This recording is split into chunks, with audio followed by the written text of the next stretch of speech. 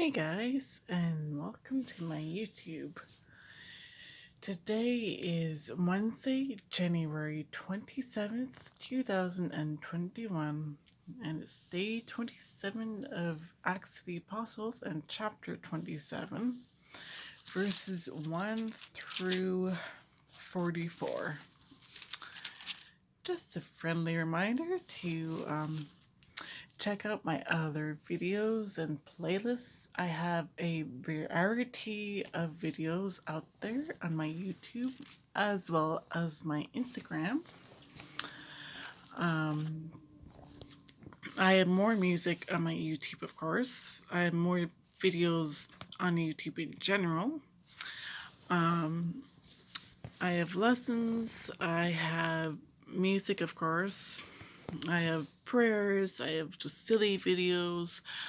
And of course, I have the Gospel of Luke, and I also have the rest of the Acts of the Apostles, and a few other things. So, and chess and other stuff. Can't remember everything I posted, but anyway, make sure you like, comment, subscribe, share my videos, playlist, and channel. Thank you. So let's begin. Chapter 27. Departure for Rome.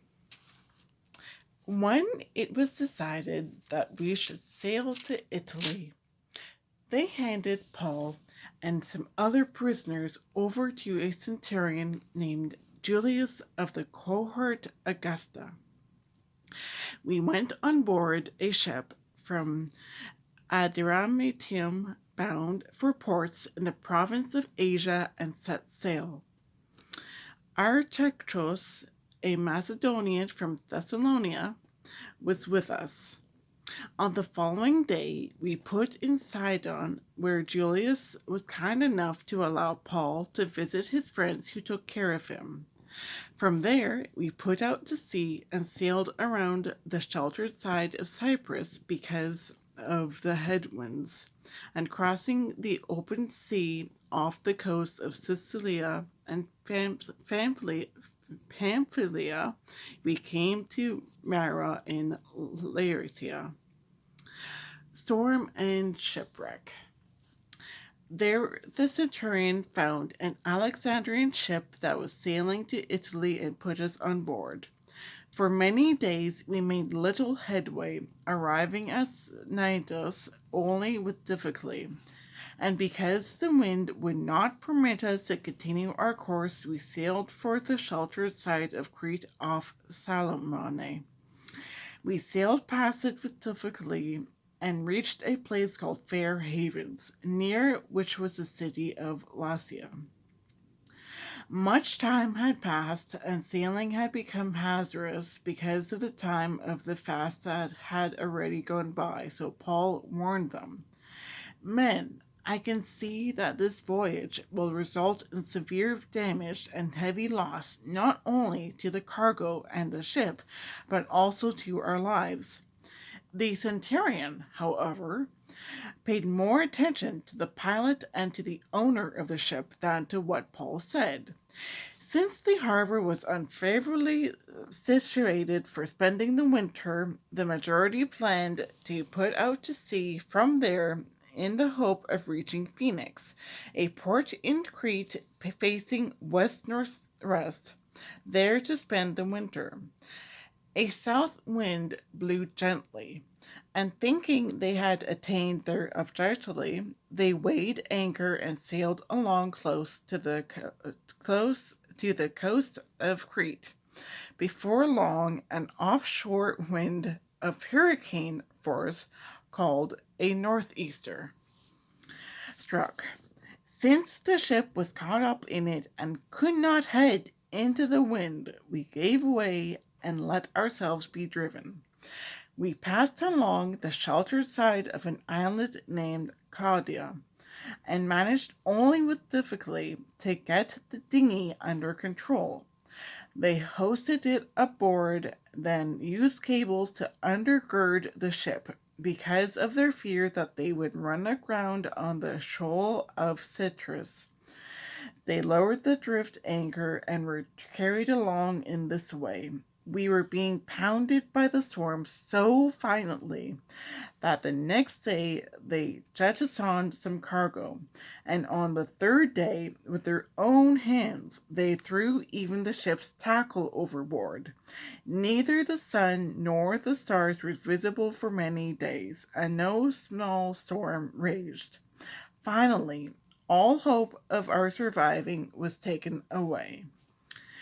When many would no longer eat, Paul stood among them and said, Men, you should have taken my advice and have not set sail from Crete, and you would have avoided this disastrous loss. I urge you now to keep up with your courage. Not one of you will be lost, only the ship. For last night an angel of the God to whom I belong and whom I serve stood by me and said, Do not be afraid, Paul. You are destined to stand before Caesar, and behold, for your sake, God has granted safety to all who are sailing with you. Therefore, keep up your courage, men. I trust in God that it will turn out as I have been told. We are destined to run aground on some island. On the 14th night, as we were still being driven about the Adriatic Sea, toward midnight the sailors began to suspect that they were nearing land. They took soundings and found 20 fathoms. A little further on, they again took soundings and found 15 fathoms.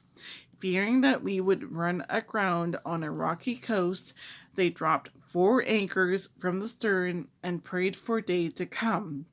The sailors then tried to abandon ship.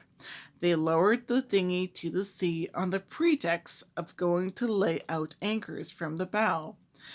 But Paul said to the centurion and the soldiers, Unless these men stay with the ship, you cannot be saved. So the soldiers cut the ropes of the dinghy and set it adrift.